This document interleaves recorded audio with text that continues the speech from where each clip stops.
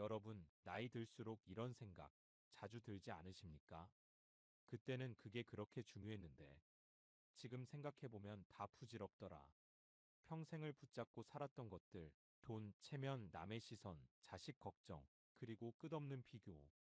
젊을 때는 그게 인생 전부인 것처럼 느껴졌지만 노후에 와서 보면 하나같이 힘만 들게 했던 것들입니다. 오늘 영상 제목이 조금 세게 느껴지실 수도 있습니다. 노후에는 다 부질없습니다. 하지만 이 말은 포기하라는 뜻이 아닙니다. 인생을 대충 살라는 말도 아닙니다. 이제는 힘 빼고 살아도 되는 나이가 되었다는 뜻입니다. 60세를 넘기면 삶의 규칙이 완전히 달라집니다.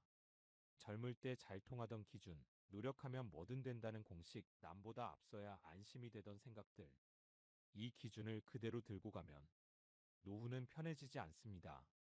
오히려 더 불안해집니다. 그래서 오늘 이 강의에서는 노후에 와서 정말 빠르게 의미 없어지는 것들, 끝까지 붙잡을 필요 없는 삶의 기준들, 그리고 이제부터 어떻게 살아야 편해지는지 이 세 가지를 차분하게 현실적으로 말씀드리겠습니다. 이 영상은 이미 많이 버텨오신 분들을 위한 강의입니다. 더 잘 살라고 다그치는 영상이 아닙니다. 이제는 좀 편하게 살아도 괜찮다고 말씀드리는 시간입니다. 지금부터 여러분 삶에서 무엇을 내려놓고 무엇을 지켜야 하는지 하나씩 정리해 보겠습니다. 끝까지 보시면 마음이 조금은 가벼워지실 겁니다. 1. 왜 노후에 오면 모든 게 부질없어질까?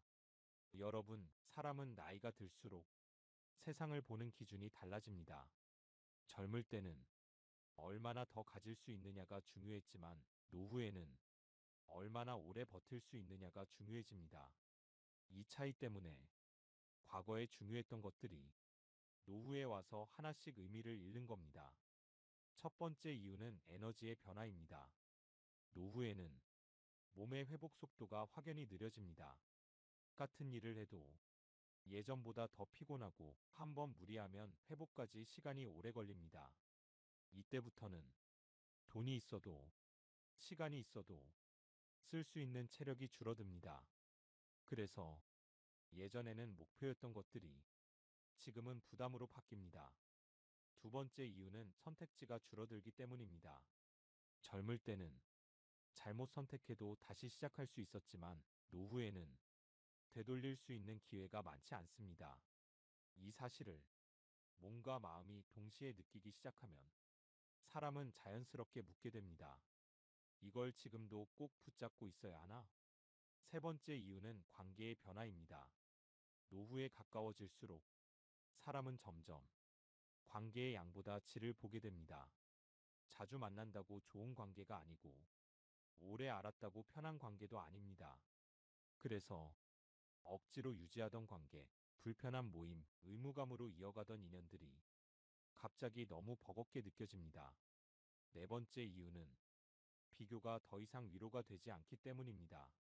젊을 때는 그래도 나는 이 정도면 괜찮지라는 비교가 위안이 되기도 했습니다. 하지만 노후에는 비교가 시작되는 순간 마음이 더 피곤해집니다. 남과 비교해서 이겨도 허전하고 뒤처졌다고 느끼면 하루 종일 기분이 가라앉습니다. 그래서 노후에 와서 깨닫게 됩니다. 비교는 아무것도 남기지 않는다. 마지막으로 노후에는 시간의 감각이 달라집니다. 앞으로의 시간이 무한하지 않다는 걸 현실적으로 느끼는 시기가 바로 이때입니다. 그러면 자연스럽게 이 질문을 하게 됩니다. 이걸 붙잡고 살 시간이 정말 남아있을까? 이 질문 앞에서 체면도 자존심도 욕심도 하나씩 힘을 잃습니다. 그래서 노후에 오면 많은 것들이 자연스럽게 부질없어지는 겁니다.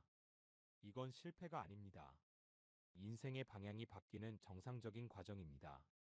다음 장에서는 노후에 가장 먼저 의미를 잃는 대상, 바로 돈의 크기에 대해 이야기해 보겠습니다. 2. 노후에 가장 빨리 부질없어지는 것. 돈의 크기.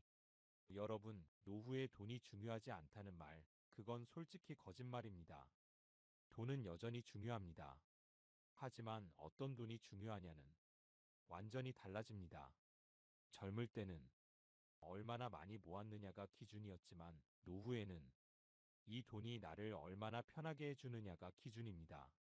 그런데 많은 분들이 노후가 되어도 젊을 때 쓰던 돈의 기준을 그대로 붙잡고 계십니다. 통장 잔고를 남과 비교하고 누가 얼마를 모았다는 이야기에 괜히 마음이 흔들리고 자식에게 남겨줄 액수를 계속 계산합니다. 하지만 노후에 와보면 이런 생각이 들기 시작합니다. 이 돈을 내가 다 쓸 수나 있을까? 이 돈 때문에 내가 지금 불안한 건 아닐까? 노후의 돈의 총액은 생각보다 빨리 의미를 잃습니다. 왜냐하면 노후에는 돈을 벌 수 있는 능력보다 관리해야 할 시간이 훨씬 길기 때문입니다. 예를 들어보겠습니다. 통장에 큰 돈이 있어도 매달 나가는 돈이 불안하면 잠을 못 잡니다. 반대로 크게 많지는 않아도 매달 들어오고 나가는 흐름이 안정되면 마음이 훨씬 편합니다. 노후의 돈은 자랑의 대상이 아니라 불안 제거 장치입니다. 그런데 많은 분들이 돈을 불안 제거에 쓰지 않고 불안을 키우는 방향으로 사용합니다. 더 모아야 안심될 것 같아서, 혹시 모를 상황이 생길까봐, 남들만큼은 있어야 할 것 같아서, 이 생각이 노후를 가장 힘들게 만듭니다. 노후의 정말 중요한 질문은 이겁니다. 이 돈이 내 하루를 편하게 만들어주는가? 병원비 때문에 걱정하지 않아도 되는가? 갑작스러운 지출에도 마음이 무너지지 않는가? 오늘 하루를 보내는데 불안이 없는가? 이 세 가지에 예라고 답할 수 있다면 이미 충분한 겁니다. 노후의 돈의 크기를 붙잡고 살면 삶은 계속 긴장 상태에 놓입니다. 하지만 돈의 역할을 바꾸는 순간 삶의 무게가 확 줄어듭니다. 다음 장에서는 돈보다 더 빨리 의미를 잃는 것, 남의 시선과 체면에 대해 이야기해 보겠습니다. 3. 남의 시선, 체면, 평가. 노후에 가장 허무해지는 것. 여러분, 노후에 와서 가장 빨리 허무해지는 것이 바로 남의 시선입니다. 젊을 때는 사람이 남의 눈을 먹고 산다고 해도 과언이 아닙니다. 저 사람은 나를 어떻게 볼까? 이 나이에 이 정도는 해야 하지 않나? 뒤처졌다고 생각하진 않을까? 이 생각이 삶을 움직이는 원동력이 되기도 했습니다. 하지만 노후에 오면 이 기준이 갑자기 힘을 잃습니다. 왜냐하면 남의 시선은 내 노후를 책임져 주지 않기 때문입니다. 체면을 지키느라 불필요한 지출을 하고 불편한 자리를 억지로 지키고 마음에도 없는 말을 하다 보면 집에 돌아와 이런 생각이 듭니다. 내가 왜 이걸 아직도 하고 있지? 노후에는 체면이 삶을 지켜주지 않습니다. 오히려 체면이 삶을 피곤하게 만듭니다. 특히 이런 부분에서 허무함이 크게 옵니다. 집 크기, 사는 동네, 타는 차, 자식의 직업과 성과. 젊을 때는 이게 나를 설명해 주는 것 같았지만 노후에는 그 어떤 것도 내 하루의 편안함을 보장해 주지 않습니다. 솔직히 말씀드리면 사람들은 생각보다 우리에게 관심이 없습니다. 잠깐 보고, 잠깐 이야기하고, 각자 자기 인생으로 돌아갑니다. 그런데 우리는 그 잠깐의 시선을 위해 평생을 긴장하며 살아왔습니다. 노후에 와서 이 사실을 깨닫는 순간 체면은 갑자기 아주 가벼워집니다. 그리고 이런 질문이 생깁니다. 이제는 남이 나를 어떻게 보느냐보다 내가 하루를 어떻게 보내느냐가 더 중요하지 않을까? 이 질문에 그렇다고 느껴지는 순간부터 노후는 조금씩 편해집니다. 다음 장에서는 많은 분들이 끝까지 붙잡고 있지만 가장 상처가 되기 쉬운 대상, 자식 걱정에 대해 이야기해 보겠습니다. 4. 자식 걱정도 결국은 부질없어집니다. 여러분, 부모가 자식을 걱정하지 않는다는 건 사실 불가능합니다. 노후가 되어도 자식 걱정은 자연스럽게 따라옵니다. 문제는 그 걱정이 삶의 중심이 될 때입니다. 많은 부모님들이 이렇게 생각하십니다. 자식만 잘 되면 나는 괜찮다. 부모가 끝까지 도와줘야 한다. 그래도 부모니까 참아야지. 하지만 노후에 와서 이 생각을 그대로 붙잡고 있으면 마음이 점점 무너집니다. 왜냐하면 자식 인생은 부모가 대신 살아줄 수 없기 때문입니다. 자식이 힘들어하면 부모 마음이 더 아프고, 자식이 연락이 뜸하면 괜히 서운해지고, 자식이 기대에 못 미치면 자기 자신을 탓하게 됩니다. 이 패턴이 반복되면 노후는 자식의 상황에 따라 하루 기분이 좌우되는 삶이 됩니다. 하지만 분명히 말씀드릴 수 있는 건 이겁니다. 자식은 부모가 없어도 살아갑니다. 부모는 자기 삶이 없으면 무너집니다. 노후에 가장 필요한 건 자식에게 매달리는 삶이 아니라 자식과 거리를 둔 안정적인 삶입니다. 이 거리란 정서적인 단절이 아닙니다. 의존하지 않는 관계입니다. 연락 오면 반갑게 받고, 안 와도 하루가 흔들리지 않고, 도움을 주되 기대하지 않는 상태. 이 균형이 무너지면 부모는 늘 상처받게 됩니다. 노후의 현명한 부모는 자식에게 이렇게 말합니다. 나는 내 삶을 잘 살고 있을 테니 너는 내 인생을 살아라. 이 말이 자식을 가장 편하게 만들고 부모 자신도 지켜줍니다. 다음 장에서는 노후를 더 힘들게 만드는 또 하나의 요소, 바쁨과 과도한 일정에 대해 이야기해 보겠습니다. 5. 바쁘게 살 필요도 없습니다. 여러분, 노후에도 괜히 바쁘게 살아야 마음이 놓이는 분들이 있습니다. 일정이 비어 있으면 왠지 불안하고, 약속이 없으면 하루가 헛되게 느껴지기도 합니다. 그래서 노후에도 일부러 바쁨을 만들어냅니다. 매주 나가야 하는 모임, 의무적으로 참석하는 행사, 쉬어도 쉬는 것 같지 않은 일정. 하지만 노후의 바쁨은 젊을 때의 바쁨과 성격이 다릅니다. 젊을 때는 바쁨 뒤에 성취가 있었지만, 노후에는 바쁨 뒤에 피로만 남는 경우가 많습니다. 특히 노후에는 회복 속도가 확연히 느려집니다. 하루 무리하면 이틀, 사흘이 힘들고, 그 사이에 생활 리듬이 완전히 깨집니다. 그런데도 바쁨을 놓지 못하는 이유는 사실 단순합니다. 비어있는 시간을 어떻게 써야 할지 모르기 때문입니다. 노후에 중요한 건 바쁜 일정이 아니라 편안한 반복입니다. 아침에 일어나는 시간, 몸을 움직이는 작은 습관, 혼자서도 괜찮은 시간 보내기. 이 리듬이 잡히지 않으면 아무리 일정이 많아도 마음은 계속 불안합니다. 노후에는 해야 할 일보다 하지 않아도 되는 일을 늘려야 삶이 편해집니다. 안 가도 되는 모임은 줄이고, 힘든 일정은 과감히 내려놓고, 회복할 수 있는 여유를 남겨두는 것. 이게 노후를 지키는 방법입니다. 다음 장에서는 이 강의의 가장 중요한 부분, 이제는 어떻게 살아야 하는지 구체적인 기준을 정리해 드리겠습니다. 6. 이제는 이렇게 사세요. 노후 삶의 기준을 완전히 바꾸는 5가지.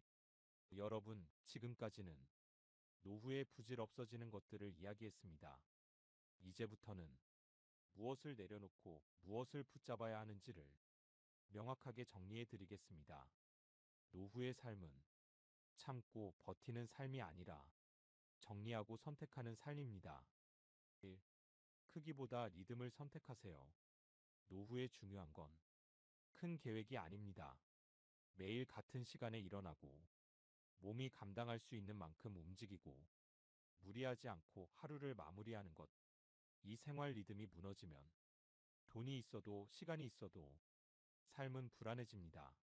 노후에는 한 번에 많이 하는 것보다 조금씩 오래 가는 것이 훨씬 중요합니다. 2. 비교보다 안정을 선택하세요. 이제는 남보다 잘 사는 삶이 아니라 내가 불안하지 않은 삶을 선택해야 합니다. 남의 통장, 남의 집, 남의 자식 이야기. 이 비교에서 조금씩 빠져나오셔야 합니다. 비교를 멈추는 순간 노후는 생각보다 빨리 편해집니다. 3. 축적보다 관리를 선택하세요. 더 모으는 삶은 이미 충분히 사셨습니다. 이제는 어떻게 쓰는지가 중요하고 어디에서 불안을 줄일지가 중요합니다. 노후의 돈은 늘리는 도구가 아니라 지켜주는 도구입니다. 4. 관계의 수보다 질을 선택하세요. 많은 인맥은 노후에 오히려 부담이 됩니다. 연락 안 하면 서운해지고, 챙기지 않으면 미안해지고, 억지로 이어가면 지칩니다. 노후에는 말 안 해도 편한 사람 몇 명이면 충분합니다. 5. 미래 걱정보다 오늘 관리를 선택하세요. 10년 후를 걱정하느라 오늘을 망치지 마십시오. 오늘 잘 자고, 오늘 잘 먹고, 오늘 기분을 지키는 것. 이것이 노후 삶의 기본입니다. 이 5가지 기준만 바꾸셔도 노후의 무게는 눈에 띄게 가벼워집니다.